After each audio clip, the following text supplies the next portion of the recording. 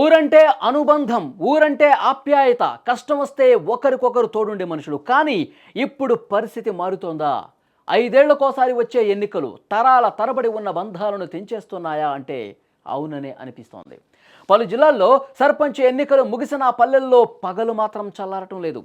గెలుపు ఓటములని పక్కన పెట్టి సాటి మనుషుల ప్రాణాలు తీసే స్థాయికి ఆ కక్షలు వెళ్ళిపోతున్నాయి. చాలా బాధాకరమైనటువంటి విషయం. ఒకప్పుడు ఎన్నికలంటే చాలా పండగలాగా జరిగేది.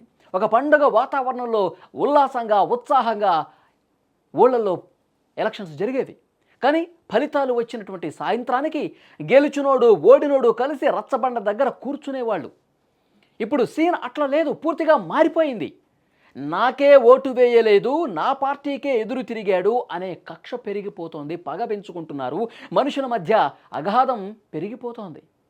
ఎన్నికలు ఒక్కరోజు ముచ్చట, కానీ కాపురం ఉండేది అదే ఊళ్ళో, అదే మనుషుల మధ్య. అదే మనుషుల్ని చూడాలి, అదే మనుషుల్ని మాట్లాడాలి, అదే మనుషులతో సంభాషణలు చేయాలి ప్రతిరోజు.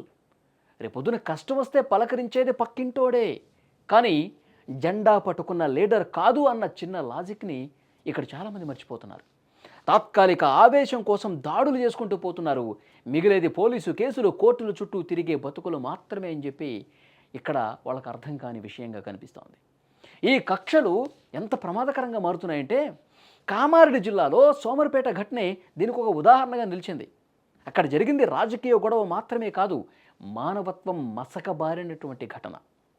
ఎన్నికల్లో గెలిచామన్న అహంకారమో పాత కక్షలో తెలియదు, కానీ సాటి మనిషి ఇంటి మీద ఏకంగా ట్రాక్టర్ ఎక్కించడం ఎంతవరకు న్యాయం? ఈ గొడవలో 4 మహిళలు తీవ్రంగా గాయపడ్డారండి. పగతో రగిలిపోయి చేసినటువంటి ఈ పని వల్ల ఇప్పుడు ఆ గ్రామంలో ప్రశాంతత అనేదే లేదు. ఉద్రిక్త వాతావరణం ఇంకా కొనసాగుతుంది. 2 వర్గాలుగా చీలిపోయి కొట్లాటకు సిద్ధమయ్యే పరిస్థితి కనిపిస్తుంది.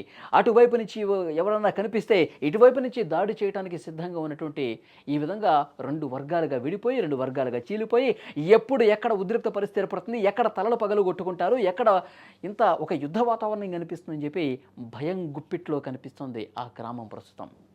ఇది ఒక్క సోమరిపేట కథే కాదు, మీరు విజువల్స్లో చూస్తున్నారు కదా, ఈ గ్రామం ఒక్కటే కాదు. ఇలా రాష్ట్రంలో చాలా ప్రాంతాల్లో నిబురు గప్పిన నిప్పులాగా కనిపిస్తున్న ఈ గ్రామాలు ప్రస్తుతం. నాకు ఓటు వేయలేదేనో, లేకపోతే నాకు ప్రత్యర్థి అయ్యాడని చెప్పో, అతని మీద నేను గెలిచాను కాబట్టి సర్వ అధికారులు నాకు ఉన్నాయనో, లేకపోతే ఎలక్షన్స్లో ఈ విధంగా తప్పుడు ప్రచారాలు చేశాడన్న ఉద్దేశంతో కోపం పెంచుకొని, పగ పెంచుకొని, ఆగ్రహంతో ఊగిపోయి అక్కడ ప్రత్యర్థి ఇంటికి పోయి ట్రాక్టర్లతో తొక్కించే పరిస్థితి వచ్చిందంటే చూడండి ఎంత దుర్మార్గంగా ఆలోచిస్తున్నారు, ఎంత రాక్షసత్వమైనటువంటి మనసుతో వాళ్ళు మారిపోయారన్నది కూడా అర్థమవుతుంది. అధికారం శాశ్వతం కాదు, అనుబంధాలే శాశ్వతం. ఈరోజు గెలిచిన వాడు రేపు ఓడిపోవచ్చు. ఈ గొడవల వల్ల విడిపోయిన కుటుంబాలు మళ్ళీ కలుస్తాయా? యువత ఉద్వేగాలకు గురవుతూ ఉన్నారు, రౌడీ షీటర్లుగా మారిపోతూ ఉన్నారు. తల్లిదండ్రుల కడుపు కోతకు ఇలా చేస్తే బాధ్యులు ఎవరు?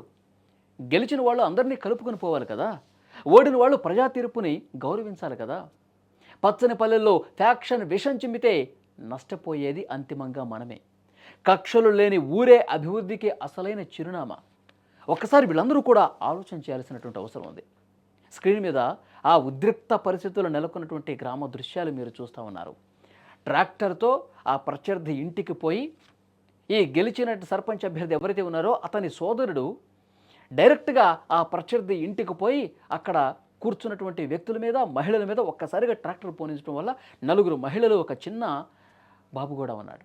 వాళ్ళందరూ కూడా తీవ్ర గాయాల పాలయ్యారు. హుటాహుటిన వాళ్ళని ఆసుపత్రికి హైదరాబాద్కి తీసుకొచ్చినటువంటి పరిస్థితి ఉంది. ఎంత దుర్మార్గం చూడండి.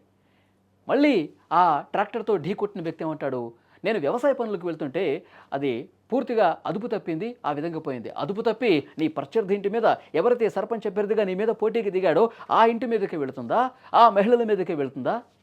కాబట్టి చాలా సీరియస్గా తీసుకోవాల్సినటువంటి విషయం. అధికారులు, పోలీసులు వాళ్ళకు అవగాహన కల్పించాల్సిన అవసరం ఉంది.